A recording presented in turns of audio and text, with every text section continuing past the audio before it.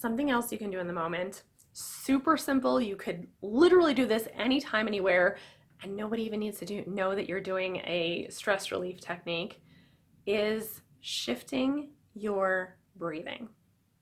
So we're talking about deep belly breaths. Now, I'm sure you've heard this before. Take a deep breath, take a deep breath, take a deep breath. But there's actually science behind it, and we're going to get into that in just a second. But before I do, take your hands, put them on your belly. So right above your belly button and below your sternum right here. So you're just going to put your hands on your belly.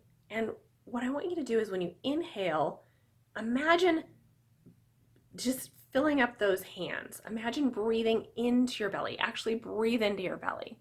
And then when you exhale, you're bringing your belly in towards your spine. So you're inhaling and filling your belly, and exhaling and pushing in your belly. So you're breathing deep down here, just above your belly button, just below your sternum. That's the part that's actually kind of expanding, right? Now, what you do when you breathe like that is it creates a vacuum when you inhale like that. And you're actually, it's like a bellows for a fireplace. I don't know if you've ever seen there. So there's these two things that you kind of pull apart, and it sucks the air in. And then when you push them back together, it shoves the air out. And they used to use them for fireplaces to get the fire going by pumping air on the fire. So what happens is that's what's happening. And this muscle right here called your diaphragm is actually moving down. It's moving down when you inhale and up when you exhale. Down when you inhale, up when you exhale.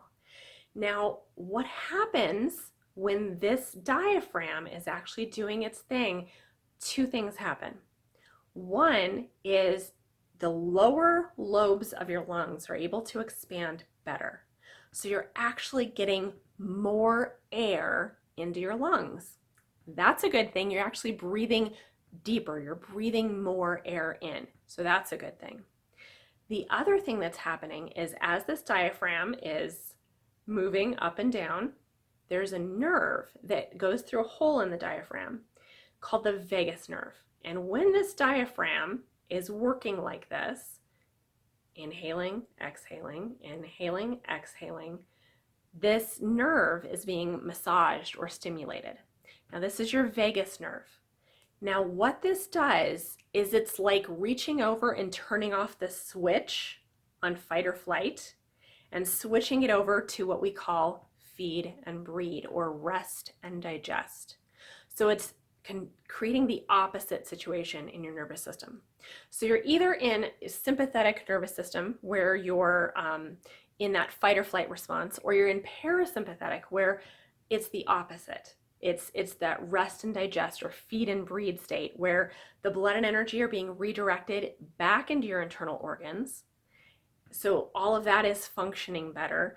Your heart rate's slowing down, your blood pressure's coming down, your breathing's shifting, your muscles are actually relaxing. Really good things are happening. Now, so there's this whole cascade of things that happens then, and hormones that get released that help you relax even more, and really good stuff. It's where you're doing your best healing. Your body's best able to heal in that state. Now, the other thing that we talked about is how the lower lobes of your lungs are able to expand. So what I didn't mention is something I learned as a massage therapist, is that when you're not breathing in your belly, you're tending to breathe up here, right? You're breathing in your chest. And of course, I'm exaggerating by showing it like this, right? But when you inhale, your shoulders are coming up, and when you exhale, your shoulders are going down. Now, what happens, the reason that this is happening is because your lungs have to be able to expand to take in air. If they can't go down the way they do when your diaphragm is moving like this, right? When your diaphragm goes down, your lungs can expand into that space. When that doesn't happen, your rib cage has to come up.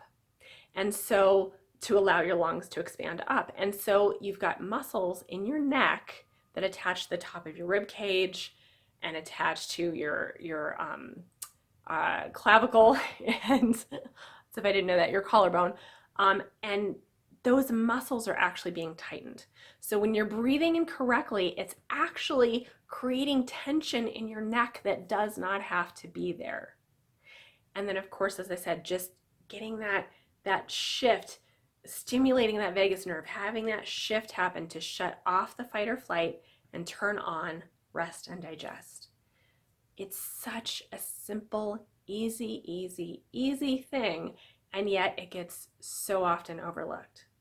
So take a few moments, take a few deep belly breaths. When you get triggered, when you have that moment, if you have to remind yourself to do it by putting your hands on your belly, do that. Next time you get stressed, put your hands right on your belly and focus on breathing into your hands.